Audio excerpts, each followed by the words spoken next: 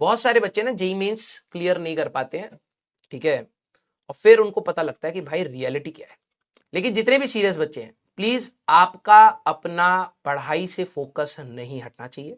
हर साल मेरे लिए एक बच्चा भी मेरी पढ़ाई से सेलेक्ट हो जाता है, मेरे लिए काफी है। ठीक, आप सभी लोग सिर्फ सिलेक्शन के लिए पढ़ाई करो। याद करो कि जब हम लोगों ने अर्जुना स्टार्ट किया था तो हम लोगों ने एक टारगेट लिया था कि भाई हम लोग हमेशा रेलिवेंट चीजें पढ़ेंगे, भले ही वो आसान हो, टफ हो, जैसी भी हो, ट्रिकी हो, हमें फर्क नहीं पड़ता।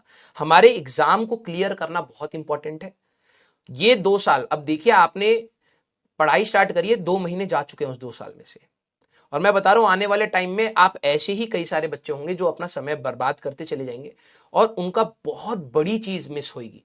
कल की क्लास में जो बच्ची आई थी उसने भी आपको ये बात बोली कि 11th अगर आप मिस ना करो, कोशिश कर लो कि कुछ संभाल ले जाए। मिस तो होगी क्योंकि फिजिक्स 11th की इतनी आसान है नहीं, ठीक है, मिस तो होगी, गड़बड़ भी होगी, लेकिन अगर आप फिर भी अपने हमेशा मैनेज करने के मोड में हो तो आप बहुत कुछ चीजें सीख जाओगे, ठीक है, और आपको 12वीं में कम दिक्कत होगी। एट दी एंड एग्जाम से पहले एक दिन पहले तो बेटा कर्मा वापस आता है, ठीक है, आपको वो सारा डर लगेगा, फिर आपको रिवीजन में दिक्कत होगी। एग्जाम से पहले ना आपको ये सारी चीजें रहेंगी कि काश पढ़ लिया होता। तो जितने भी सीरियस बच्चे हैं, आई रिक्वेस्ट यू ऑल कि आप प्लीज अपनी एनर्जी मत लगाइए। बहुत दिनों से बहुत ज्यादा स्पैमिंग हो रही है, 2 दिन से, पिछली वाली क्लास और आज वाली क्लास में काफी ज्यादा स्पैमिंग है, ठीक है। और जो लोग कर रहे हैं, अगर आप सेंसिबल बच्चे हो, मतलब आप रियलिटी में you are not a spammer, मेरे को पता है कई बार बच्चे भी करते हैं सारी हरकतें, ठीक है, बेटा आप जानते नहीं हो कि आपके साथ क्या होने वाला है। आपके अगर कोई सीनियर हो, भाई बहन हो, आप प्लीज एक बार पूछ लीजिएगा जेई मेंस एक बार खराब होने के बाद की मेंटेलिटी क्या होती है। एडवांस तो छोड़, पहले जेई मेंस। बहुत सारे बच्चे ना जेई मेंस क्लियर नहीं कर पाते हैं, ठीक है, और फिर उनको पता लगता है कि भाई रियलिटी क्या है। तो आप में से भी कई सारे होंगे जो नहीं कर पाएंगे, ये रियलिटी है, ठीक है, और फिर आप क्या करोगे। और आपको लग रहा है कि ठीक है मैं ड्रॉप लेके पढ़ लूंगा, लेकिन जब जो 2 साल आपने एटीट्यूड बना लिया वो इतनी जल्दी चेंज नहीं होता है।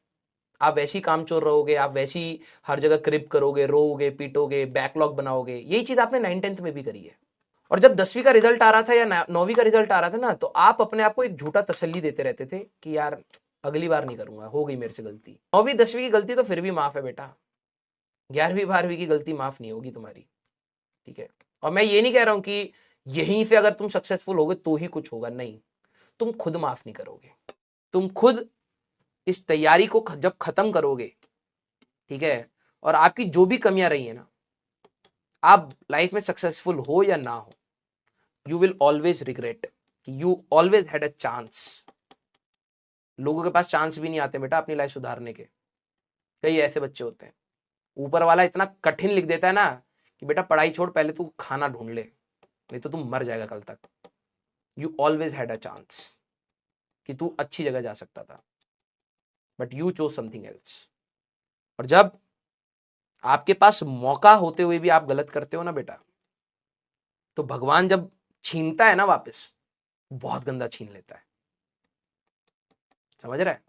तो इट्स माई रिक्वेस्ट, जितने भी सिंसियर बच्चे हैं, ठीक है, आप अपनी पढ़ाई से बिल्कुल डिविएट मत होइए।